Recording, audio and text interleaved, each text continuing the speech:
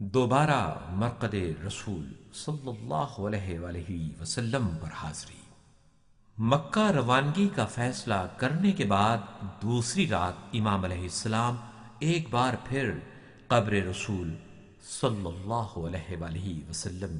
کی زیارت کے لیے تشریف لائے اور ان جملات سے اپنے جد امجد کی زیارت کی: بار الہ، یہ تیرے نبی محمد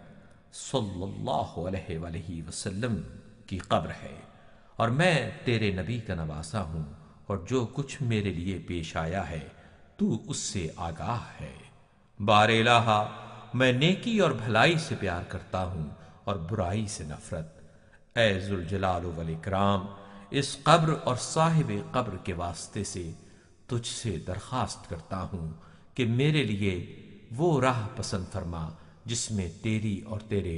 رسول صلی اللہ علیہ وآلہ وسلم کی رضا اور خوشنودی ہو۔